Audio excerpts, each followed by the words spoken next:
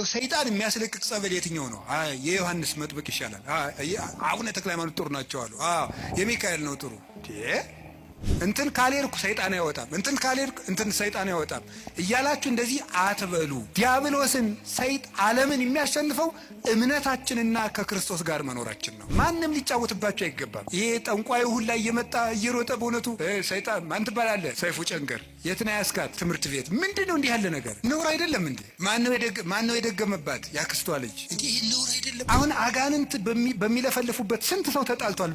በሞት እየተፈላለገ ነው ያለ። እገሌ ደግሞብኝ ነው ሀብቴ ተሳካልኛል፣ እገሌ ደግሞብኝ ነው ትምህርቴ ሳይሳካ ይቀር እየተባለ። እግዚአብሔር እኮ የፍቅር አምላክ ነው። አጋንንትን ሲያወጣ ዝም ብሎ ያወጣቸዋል። የእግዚአብሔር ታምር ሌላ ችግር ፈጥሮ አይሄድም። ትክክል አይደለም። አጋንንትን የምንዋጋው ከእግዚአብሔር ጋር በመሆን ነው። የትኛውም ቤተ ክርስቲያን ውስጥ አጋንንት ይሸነፋል። ሚካኤል ከሆነ ደብራችሁ ሚካኤል ጋር ህብረት፣ እዚያው ሁኑ፣ እዚያው ክርስቶስ አለ። ገብርኤል ከሆነ እዚያው ህብረታችሁ፣ እዚያው ህብረታችሁ ውስጥ አትነጠሉ። ተመስገን ይኸው 5 ዓመቴ ነው። መቁጠሪያ ቆጥራለሁ፣ አብይ ጾም ጾማለሁ። ሰይጣንን እየቀጠቀጥኩት ነው። እሱ ነው እየቀጠቀጠ ያለ ጌታ።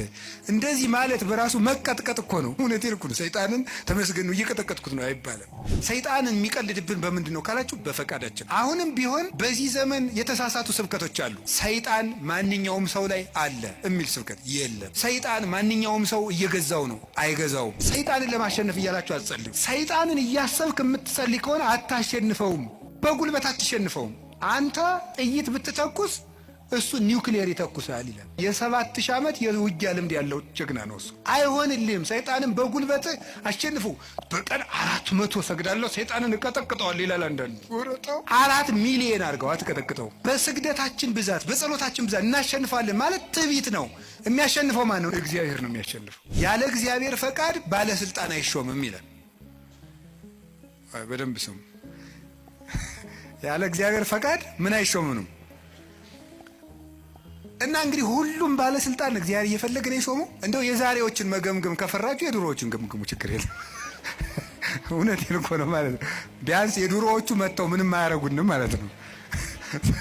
ስለዚህ የድሮዎቹን መገምገም ትችላላችሁ። እና እንደ ሁሉንም እግዚአብሔር እየወደደ የተሾሙ ናቸው። እግዚአብሔር ረድኤቱን ከኛ ላይ ሲያነሳ አራዊት የሆኑ ሰዎች በስልጣን ሊሆን ይችላሉ፣ በጭካኔ ሊሆን ይችላሉ፣ መጥተው እንዲሰለጥኑ ያደርጋቸዋል ማለት ነው። በሰው ላይ እንዲሆኑ ያደርጋቸዋል። ክፉ ነገርን ማን ነው ያመጣው ካላችሁን፣ እኛ ነን ክፉ ነገርን የምናመጣው። እግዚአብሔር ክፉ ነገርን አመጣለሁ ማለት ክፉ ነገር ሲመጣ ዝም እላለሁ፣ አሰናብተዋለሁ ማለት ነው። ፈርዖን በእስራኤል ላይ እንዲሰለጥን ዝም እለዋለሁ ነው፣ አሰለጥነዋል። ለምንድን ነው እግዚአብሔር ክፉ ነገር እንዲመጣብን የሚፈቅድ? አይወደንም፣ ይወደናል። አይፈልገንም፣ ይፈልገናል። አያዝንልንም፣ ያዝንልናል። እና ግንሳ ምን ሆነ? እንዳይጠብቀን እንዲጠብቀን የሚያደርገውን ነገር ሁሉ ቆርጠነዋል። ከሱ ጋር መዋል አንፈልግም። እሱን በጸሎት ማነጋገር አንፈልግም። ሕጉን መፈጸም አንፈልግም። በቤቱ መኖር አንፈልግም። መታረቅ አንፈልግም። መስማማት አንፈልግም። በምን መልኩ ይጠብቀን? አብሮን ቢኖር ክፉ አይደርስብንም። አብሮን እንዳይኖር ደግሞ ቤታችን ቆልፈናል። በየት ይግባ ክርስቶስ እኛ ጋር ለመግባት? ስለዚህ እንዳይጠብቀን ስናደርግ ክፉ ነገሮች ወደኛ ይመጣሉ። ያለ ፈቃደ እግዚአብሔር ባለስልጣናት አይሾሙም ማለት ክፉ ሰዎች ሲሾሙ ምን ይላቸዋል ነው? ዝም ይላቸዋል ነው፣ ይተዋቸዋል ነው እንጂ ሰዎቹን ናማ እናት የተሾምና ሰውን ጨርስልኝ አይላቸውም። እግዚአብሔር እንደዚያ ብሎ ይሾማል ማለት አይደለም። እንደዚያ ሳይሆን የሚያደርገው እግዚአብሔር ክፉዎች ሲሾሙ ዝም ይላል። ለምንድን ነው ዝም የሚለው? እግዚአብሔር ነው ክፉ ነገር ሲመጣ። ስለዚህ ክፋትን እፈጥራለሁ ማለቱ ክፉ ሲመጣ ዝም እላለሁ ነው። ወይም ምን ማለት መሰላችሁ? የእግዚአብሔር እጅ አጥር ነው፣ ጠባቂ ነው፣ ረድኤት ነው። የእግዚአብሔር እጅ በእግዚአብሔር ለመጠበቅ ያልተገባን ሆነን ስንገኝ እግዚአብሔር አጥሩን ያነሳዋል። ያልተገባን ሆነን ስንገኝ አትጠብቀኝ ስንል ማለት ነው። አሁን በኮቪድ ጊዜ ሰው እግዚኦ ማረነ ክርስቶስ እግዚኦ እንደዚያን ጊዜ እኮ ታምር እኮ ነው፣ ታምር ነው። እኔ እንደውም ይገርማቸዋል። አጠቃላይ እኔ የዛን ጊዜ አንድ ጊዜ በኮቪዱ ጊዜ አንድ ወረዳ ገጠር ወረዳ ላይ ሄጄ ነበርና መነኮሳት ጓደኞች አሉኝ፣ አባቶች። የወረዳው ካቢኔ በሙሉ ንስሐ ገባ ከነሱ። እንደው ሁሉ ጊዜ ኮቪድ በሆነ አልኩኝ እኔ እንደው ካቢኔ ሁሉ ንስሐ እንዲገባ እንደው ኮቪድ ትንሽ ቆየት ባለ ያስብላል በእውነቱ ማለት ነው። ሰይጣንን እንዲፈትነን ለምን ይፈቅድለታል በሚል ርዕስ ነው የምንማማረው። እስኪ በሉ እግዚአብሔር በሉ ሰይጣንን እንዲፈትነን ለምን ይፈቅድለታል? ድገሙ እስቲ እግዚአብሔር በሉ። ሰይጣንን እንዲፈትነን ለምን ይፈቅድለታል? ሶስተኛ በሉ እግዚአብሔር ሰይጣንን እንዲፈትነን ለምን ይፈቅድለታል ነው። እንግዲህ መቼም ትምህርት ስንማር አንዳንድ ጥያቄ መመለስ ነው ዓላማው። ሰይጣን የሚፈጥርብንን ዓላማ መመለስ ነው። እርግጠኛ ነኝ የሁላችሁም ጥያቄ ነው። ነው አይደለም? እስቲ ነው የሚል ነው። አንድ አባት አንድ ቀን ሰማቸው። አንድ ቤተክርስቲያን ምን አሉ መሰላችሁ? መድኃኔዓለም ማረኝ፣ ስለ ተክለ ሃይማኖት ብለህ ማረኝ፣ ስለ ዮሐንስ መጥምቅ ብለህ ማረኝ፣ ስለ ሎዛይቱ ማርያም ብለህ ማረኝ፣ በጣም ደግሞ የደነቀኝ ስለ ስላሴ ብለህ ማረኝ። ስለማን ብለህ? ስለ ስላሴ። አሁን እግዚአብሔር ችግር የለበትም። ችግር የለበትም ማለት ስለሚያውቅ ምን ማለታቸው እንደሆነ ስለሚያውቅ ሞልቶ ይቀበለዋል። አንዳንድ ጊዜ እግዚአብሔር ጸሎታችን ሁሉ እያስተካከላል የሚሰማ አይደለም ነው። እግዚአብሔር አሁን የሁላችንም ጸሎት አንድ ቀን ቢሰማን አንድ ቀን ሙታን አናድርም? እናድራለን አናድርም? እኔ ለምሳሌ ጌታዬ ገብረ ኢየሱስ ወይም ገብረ ስላሴ የሚባሉት ሁለት ሰዎች ስፍራ ሰጥተህልኝ እደር። ገብረ ኢየሱስና ገብረ ስላሴ ደግሞ ጌታዬ አባ ገብረ ኪዳንን ስፍራ ሰጥተህ እደር። አጥፍቶ ጠፊ ማለት ይሄ አይደለም? ተላለቅነ ማለት ነው። ተመልከቱ። አይ እግዚአብሔር ቸርነቱ ጸሎታችን አለመስማቱ። እውነቴን እኮ ነው የምራግዙን። ጸሎታችን ብንሰማማ እኮ ተላልቀን ነበረ። ካህኑም ከካህን ጋር ተላልቋል፣ ዲያቆኑም ከዲያቆን ጋር አለቀ ነበረ። አዲያ ግን እግዚአብሔር ቸር እየመረጠ ሕፃን የጠየቀው ሁሉ አይሰጥ አይደል እንዴ? ሕፃን ምን ይላል? እናቱ ስታቦቃ ቂጣ ጋግረሽ ስጪ ማለት ሲገባው እሳት አምጪ ይላል አይደለም? ይሄ አይሰጥም፣ እሳት ነው። እኛም በእግዚአብሔር ዘንድ ሕፃን ስለሆን እሳት እንለምናለን። እግዚአብሔር ግን ያንን አይሰጥም። የሚረባንን ይሰማል፣ የማይረባንን ደግሞ አይሰማም ማለት ነው። ስለዚህ ገና ፈጣሪ እንላለን። አሁን እዚህም ውስጥ እንግዲህ ይሄንን ጸሎት የሰማሁት እኔ ጎንደር ነው። እዚህ ነው የሰማሁት፣ በአንድ ቤተክርስቲያን የሰማሁት። አንድ ሽማግሌ ናቸው እንዳልኳችሁ። እግዚአብሔር እኔ እንዲያውም አይባልም እንዲያው መመጻደቅ እንዳይመስል እንጂ እንዲያው ትልቅ ሰው ቢሆን ያለቅስ ነበር፣ እንባዬን ሁሉ ሊያስመጡት ነበር ማለት አሳዝነው እንዲያ እያሉ ሲጸልዩ ማለት ነው። እግዚአብሔር ይሰማል። ግን መልሶ የተሰማኝ ምንድነው? ለካ ይሄ ሰው ገና አልተማረም፣ በስም የከበረ ነው ማለት ነው። በስም የከበረ አንዲት በግ ነበረች አሉ። ጆሮዋ ሰብቶ እንደው እንጂ እንደው ሁል ጊዜ እየጠራዋት አላሉ ሰውየው ነው የተባለ። አሁን እናንተ በስም ሰብታችኋል። እመቤቴን ከልቤ ነው ወላዲተ አምላክ ጎንደር የሊቃውንት ሀገር የከዋክብቱ ሀገር እየተባላችሁ ይህን ስም ጠገባችሁ። አትማሩ፣ አትመጡ፣ መጽሐፍ አታነቡ፣ ስማችሁን ተሸክማችሁ መኖር ነውር አይደለም? ነውር ነው። መልሱ እስኪ በሉ ተናገሩ። ነውር ነው አይደለም? እመቤቴ ማርያም ሆይ የማኅፀንሽን በረከት እፈልገዋለሁ፣ ይድረሰኝ የማኅፀንሽ በረከት። እግዚአብሔር ያደረበት ወደዚች ምስራቅ የማይዞር ማን ነው? ፀሐይ ጽድቅ ኢየሱስ ክርስቶስ ወጥቶ የሚያጽደለድልባትን ያችን ምስራቅ ዘወር ብሎ ማየት የማይፈልግ የጨለማው ልጅ ካልሆነ በቀር እሱ ማን ነው? መዞር የሚያሰኘኝ እኔ ወደ እመቤታችን ነው። ወደ እሱ ያልዞርኩ ወዴት ልዞር ነው ዛሬ? እመብርሃን እንዲሁ አንተ ወንጌል ምን አለ? አይን ምቀኛ ነው እንዲህ አለ። እንዲሁ አይን ምቀኛ ነው ወይ? ልጇ ብርሃን ከሆነ እናቱ ደግሞ ማለት እናት ነው። እመብርሃን ማለት የብርሃን እናት ነው። እንዲሁ ያማሃል። እመብርሃን ማለት ምንድን ነው የሚቸግር? ልጇ ብርሃን ነኝ አለ። እንደወለደችው ደግሞ ነገረው ያው ወንጌል። እንዴት እመብርሃን አትላትም? ምቀኝነት እኮ ነው። እንዲሁ በማይደረስበት ይቀናል እንዴ? ትባሸቃላችሁ እንዴ?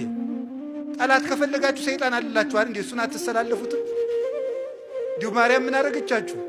ምሕረት አዝላ በመጣች እንዲሁ በሞት አድርሱልኝ። ይሄን ለማንም የምታደርሱት ሰውን በቃ ሰይጣን ኃጢአት እያሰራው ነው ለሚል ሰው ነው። ወደን ለምደን ማን የሰራ ነው? እራሳችን። የእጄን ጎትቶ እስቲ ሰይጣን መቼ ነው እየጎተተ የወሰደኝ? ኧረ እኔ አልወሰደኝ። አመቼ ነው ሰይጣን አጉርሶት ጾም ያልገድፈው ሰው አለ? በሞቴ እስቲ ያፈርሰውን ዓርብ ቀን ጧት ብላ ብሎ ያጎረሰው ሰው አለ? ሰይጣንና ነጋዴ አንድ ናቸው አላልኩም? ጥሩ አድርጋችሁ ነው መስማት። ሰይጣን ነጋዴ ልጃገረዱ ነው አንድ ናቸው። ሴት ልጃገረድ ማለት ነው። አሁን ስሙ አካሄድ ነው የመሰልኩኝ። እሺ ምንም ስሙ በደንብ አድርጋችሁ ክፉና በጎ ሊሆን ይችላል። እንግዲህ አሁን ነጋዴ ምንድን ነው የሚያደርገው? ማስተዋወቅ ነው። ምንድን ያስተዋውቀው? እንትና ዳቦ ቤት ይሄን ዳቦ ከበሉ በኋላ ወር ሌላ ላይ አምሮትም ይላል ማስታወቂያው፣ በቴሌቪዥን ማለት ነው። ወር ሌላ ላይ አይቀምሱም ይላል። ዳቧችን ከመታወቁ የተነሳ አሜሪካ መላክ ጀምረናል ይላል። ከዚያ በኋላ አንተ የሮክ ያን ለመግዛት ምን ያደርጋል? ጉጉት ነው የሚፈጥረው ማለት ነው። ያጓጓዋል ማለት ነው። ልብሱን ለምሳሌ ቀሚስ እንድትገዙ እንትና ቡቲክ ይላል በቴሌቪዥን። እንትና ቡቲክ ልብሳችን አንዴ ከተሰፋ ምንም አይፈታም። ሰዎች ከቱርክ ሁሉ እያዘዙ ማሰፋት ጀምረዋል። ውሸት ሁሉ ጨምሮ ማለት ነው። ልዩ ነው ምናምን ብሎ ከዛ ልብሱን እንድትወደው አንዲት ጭኗ በታች የተራቆተች ለብሰው እያለች በቴሌቪዥን ትመጣለች ማለት ነው። ይህ ሁሉ ነገር ምንድን ማጓጓት ነው። አሁን የምግብ አሰራር የሚያስተምረዋል በቴሌቪዥን። 2 ማንኪያ እንትን ታደርጋላችሁ፣ 3 ማንኪያ ሽሮ ትጨምሩበታል፣ 4 ጊዜ የሾርባ እንትን በርበሬ ታደርጉታል። ብዙ አታፈሉትም ምናምን ተደርግና ጎርስና በጣም እንትላለች። ሰው ያን መብላት ያምረዋል ማለት ነው። ይሄ ምንድን ነው? ማጓጓት በሉ እስቲ። ማጓጓት በጣም ጥሩ። ከዚያ የነጋዴ ሀሳብ ነው ማለት ነው። ነጋዴ በቃ እንደዚያ ነው የሚያደርገው። እሺ፣ ግን ጆሮአችሁን ይዞ ሆቴል ያስገባ ሆቴል አለ በሉ ንገሩኝ እንጂ። እሺ፣ ጆሮአችሁን ይዞ ሻይ ያጠጣችሁ ሻይ ቤት አለ? ጆሮአችሁን ይዞ ጃኬት የሸጠላችሁ አለ? ማጓጓት ነው። እሺ፣ ደግሞ ልጃገረዲቱ ደግሞ ምን ታደርጋለች?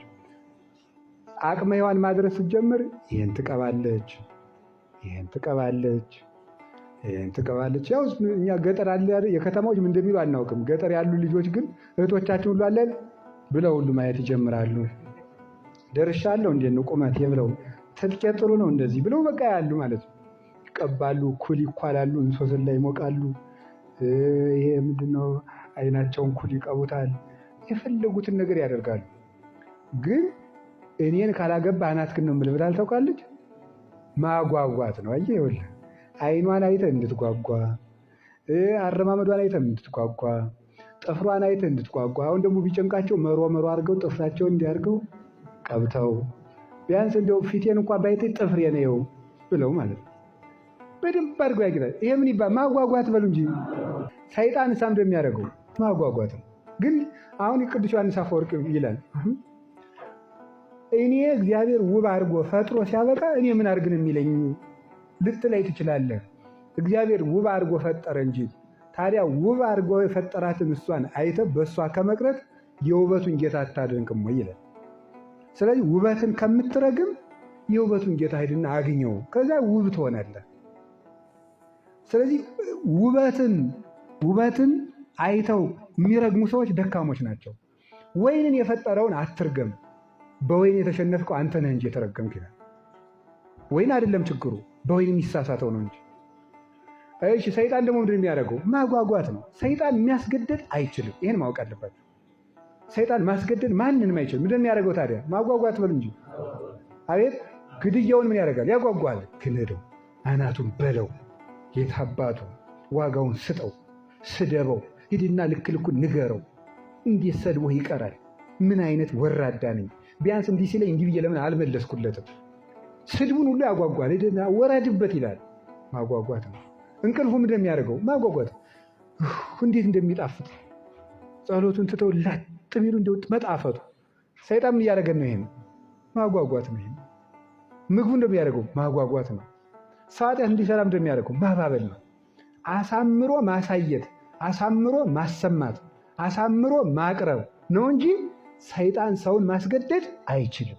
24 ሰዓት ያለ ጾም የሚበላ ሰው መጽሐፍ መመርመር አይችል፣ አይገባው።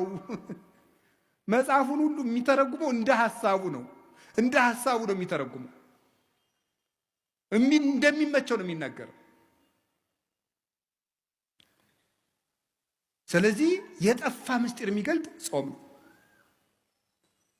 አባቶቻችን ይሄንን ጾም ጾመው ብዙ በረከት አግኝተውባታል። ሞትን ተቃውመዋል። አስቴር ይሄንን ጾም ጾማለች 3 ቀን። አስቴር 3 ቀን በመጾሙ ያገኘችው ምንድን ነው? በ127 ሀገሮች በሙሉ ተበትነው የነበሩ የሞት ደብዳቤ የተጻፈባቸውን ወገኖቿን ከሞት አድናለች። 3 ቀን ጾማ እግዚአብሔር ለምና በ3 ቀን ጾም ያንድ ሀገር ሕዝብ ሊጠፋ ሲል ሰይፍ ያስመለሰ ጾም ነበር 3 ቀን። አሁን ከህዳር 15 እስከ ታኅሳስ 9 44 ቀን ነው የምንጾመው። 3ቱ ቀን ጾመ አስቴር ነው። 40ው የሙሴ ኤልያስ የነቢያት ነው። 3ቷ ቀን ምን ያደረገችበት ነው? በ3 ቀን ያለ ጾም አይወጣም አይደል ያለው።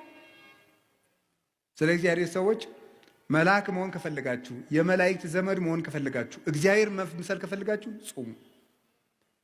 የነቢያት ጾም ደግሞ አባቶቻችን በረከት ተቀብለውበታል። አንደኛ ተመልከቱት፣ የነቢያት ጾም የሚጀምረው ከሙሴ ነው። ሙሴ 40 ቀን ጾሟል። 40 ቀን ሲጾም ምንድን ያደረገው? ሲጾም 40 ቀን እየጾመ ከእግዚአብሔር ጋር ቃል በቃል ተነጋገረ ይላል። 570 ጊዜ ጾም ከእግዚአብሔር ጋር የመነጋገር ባለሟልነት የሚያሰጥ ነው። እግዚአብሔርን ማነጋገር ደግሞ ቀላል ነገር ይመስላችኋል እንዴ? አንድ ትልቅ ሰው እንኳን ሊያነጋግራችሁ ቀጠሮ ሲይዝላችሁ እንዴት ነው ደስ የሚላችሁ? እግዚአብሔርን ቃል በቃል እንደ ጓደኛ 570 ቃላትን እንዲነጋገር ያደረገው ምንድን ነው? ጾም። ጾም ምን ይጠቅማል ብትሉ ይሄ የነቢያት ጾም አሁን ህዳር ጾም የምንለው የምንጾመው ከእግዚአብሔር ጋር የሚያነጋግር ጾም ነው። እንግዳው ከእግዚአብሔር ጋር መነጋገር የሚፈልግ ይጾም። ከሰይጣንና ከስጋው ጋር መነጋገር የሚፈልግ ደግሞ ይብላል። ምርጫው እናንተ ነው። ሙሴ ይሄንን ጾም ጾሞ እግዚአብሔርን አነጋገረ። ከዚህ በላይ እድልስ አለ ወይ ነው? እግዚአብሔርን ከማነጋገር በላይ ምን እድል አለ? እግዚአብሔርን ለማነጋገር 100 ዓመትስ ብንራብ እግዚአብሔርን ማነጋገር እኮ የነፍስ ጥጋብ እኮ ነው። እግዚአብሔርን ማየት፣ እሱን መስማት። አጸም ዘይነብበኒ እግዚአብሔር አምላኬ እስመ ውእቱ ይነብብ ሰላም ለሕዝቡ። እግዚአብሔር ንግግሩ ሰላም ነው፣ ልብን የሚያረጋጋ የእግዚአብሔር ንግግር የሞት ማሰሪያን የሚቆርጥ ነው። ልናገር አንድ ቃል አይከፋችሁም? የሚፈርስ የሚበሰብስ የባሰም ልናገር ነው። የሚተላ የባሰም ልናገር፣ የሚሸት የሰው ልጅ ምን ያኮራዋል ይላል ሲራክ ነው ያለ። በ3ኛው ቀን ቀብረው ሲመለሱ የምትለወጥ አይደለህም እንዴ ይላል። ምን ያኮራል? ቁም ነገር አይደለም ኩራታችን። ዕውቀቱን ስንኮራበት ምን ትፍከ ዘይነሳይከም ካልከ ተምረህ እኮ ነው። የበላይ መምህር እኮ አለብህ፣ አስተምሮሃል እኮ። እንዲያውም ቅዱስ ባስልዮስ እንኳን ዘቂሳርያማ ሲናገር ምንም ሊቅ ብትሆን የፊደሉ መምህር ይበልጣል። ፊደል አስተምሮሃል።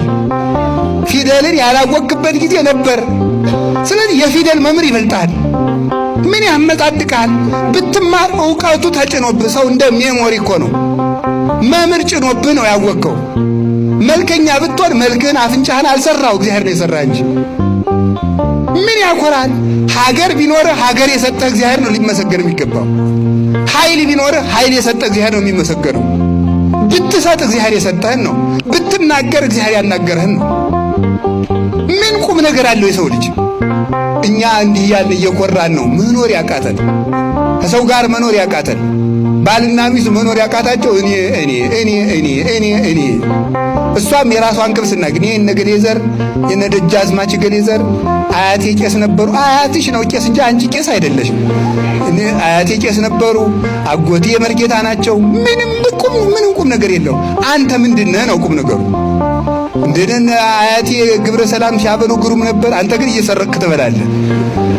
እኛ ጎንደሮች ፈትፍተን የምናበለ የድሮዎቹ ይፈተፍቱ ነበር። አንተ የሰው አንገት ልትፈተፍት ነው። አናውቃችሁም? በየመንደሩ ሞባይል አንገት እያላችሁ እየቀማችሁ ይሄንን ነው ተመልከቱ። በቀድሞ መኩራተተን በራሳችን ይህን መመጻደቃችን መተው አለብን። እኔ ምንድነው ይበሉ ንገሩኝ እንጂ እኔ ምንድነው ማለት የሚገባው ይሄ ነው ማለት ነው። ችግር በደረሰባችሁ ጊዜ ሰውን ተስፋ አታድርጉት። ማንን አስቡ ነው? ወደ ሰማይ ተስፋ አድርጉ። አሁን አንድ ችግር ሲገጥማችሁ ምንድነው የምታደርጉት? የምሬንም ነግራችሁ አንድ ችግር ሲገጥመው እየሮጠ ሄዶ ሰላም ለኪ የሚደግም ሰው ይሄ ብፁዕ ነው። ግን ምንድነው ያደረገው? መብተክተክ። አንድ ችግር ሲገጥመን ወይ አንድ ሰው ጠርተን መብተክተክ ነው፣ ወይ ማልቀስ ነው ብቻችን፣ ወይ መተኛት ነው ተሸፋፍነን ማለት ነው። ወይ ደግሞ እልክ መያዝ እልክ መያዝ ማለት ነው። እንዲያውም ውዳሴ ማርያም አልደግም እንደዚህ ማለት ተናደን በእግዚአብሔር አኩርፈን ማለት እንደዚህ አይደል የምናደርገው። ምን መፍትሄው አውቁ እኮ ነው ሰይጣን። አሁን ዝም ብለን ሀነን እንዴት ነው ወንድሜ ምንድነው እኔ ነገሩ ህሊና እየወጣ እየወረደ እንዴት ብሎ ነው የሚጸልየኝ ያስብለናል ሰይጣን። ራሱ እኮ ህሊናችን የሚሰበስበው ጸሎቱ ነው። ራሱ ህሊናችን የሚሰበስበው ጸሎቱ ነው። እውነቴን ነው የምነግራችሁ ማለት ነው። ስለዚህ ምን ለማለት ፈልጌ ነው፣ መጸለይ በራሱ ሸክምን ያቀላል። ሰው አክፍቶብን ከሆነ ለከፋብን ሰው ልብ ይሰጠዋል። ሰው ለምሳሌ ሰው ሲጣላ የተጣላውን ሰው ለ7 ቀን ክርስትና ስሙን እያነሳ የሚጸልይ ሰው አለ አሁን? የለም። እየጸለይንበት ደግሞ መሆን እኮ የለበትም። እንደዚያ ከሆነ ጸሎቱ ተመልሶ እኛን ነው የሚወቀን። ግን ሰላም ለኪ ደግሞ ጸሎታ ለማርያም ወሰደታ ብንል ክፉ ያሰበው ሰው ተመልሶ ከኛ ጋር ልብ ይፈጥራል። እኛ ግን አንጸልይም። ዝም ብለን ቁጭ ብለን እኮ የምንደበደበው። መፍትሄው እጃችን ላይ ያለ ማለት ነው።